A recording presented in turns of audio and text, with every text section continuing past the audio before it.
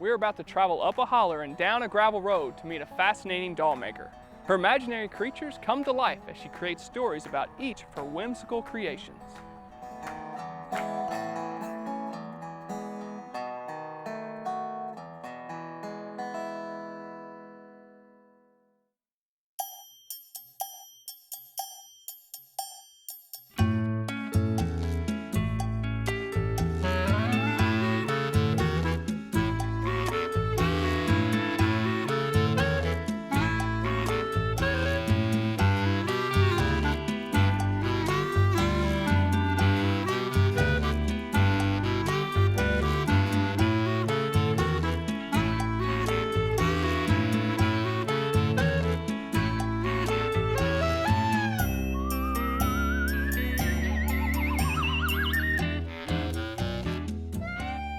My husband and I traveled the arts and crafts show circuit making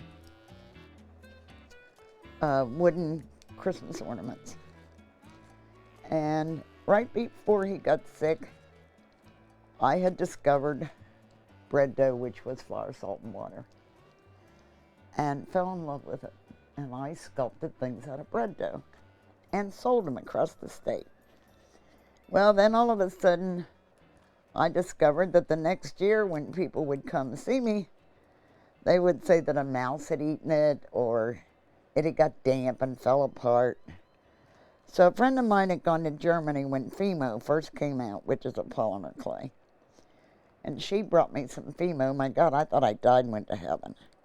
My husband would get so irritated because he'd say, you know what, you could be painting these Christmas ornaments and not fooling with these whatever you're doing.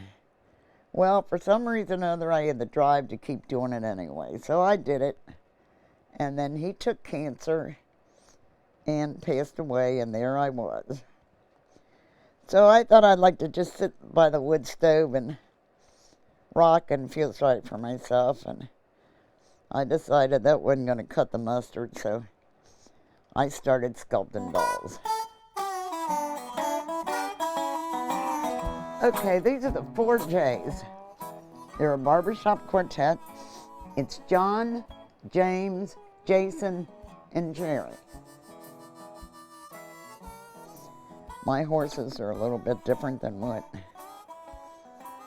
the normal horse is because they're doing kind of goofy things. And can't figure out why a white horse has never won the Derby. So he really thinks maybe a white horse never got to the track on time. So he stuck him in a cart and wheeled him to the paddock because he was going to be sure this time he was going to get to the track on time.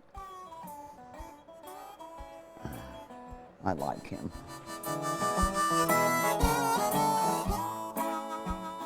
Everybody says, Nita, you're an artist. I said, I don't know. I don't consider that, but I'm getting so I can say it without choking on it anyway.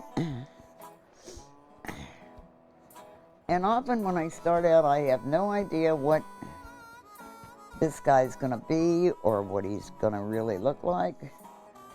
That's why I always give him his eyes first, because he has to look at me to tell me what he's going to do. And if he doesn't talk to me, very often he goes in the garbage. Do something. Don't ever say, I'm too old to do it.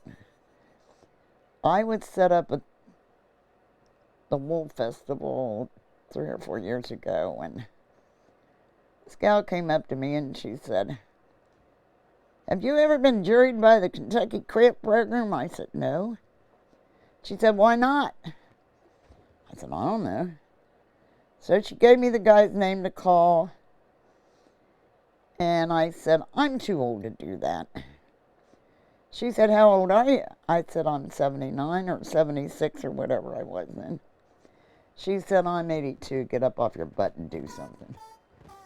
So that's how come I managed to get juried into everything this year. So her name is Miss Congeniality. She lives in a retirement home, and it's her 90th birthday.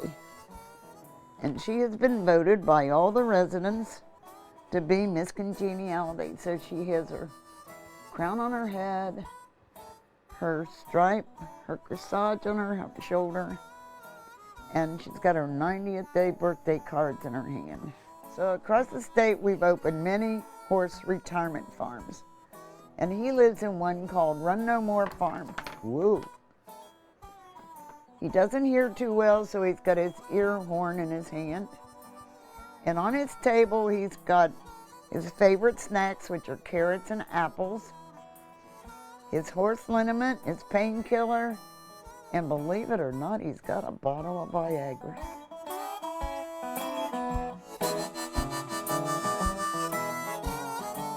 Well, the people in town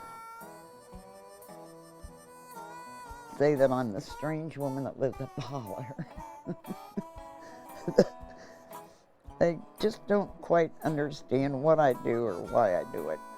And I've had several front page articles in our local newspaper. I've done shows throughout northern Kentucky, greater Cincinnati, Indiana. But how I want to be remembered, gosh, I don't know. Strange woman of the holler, I guess.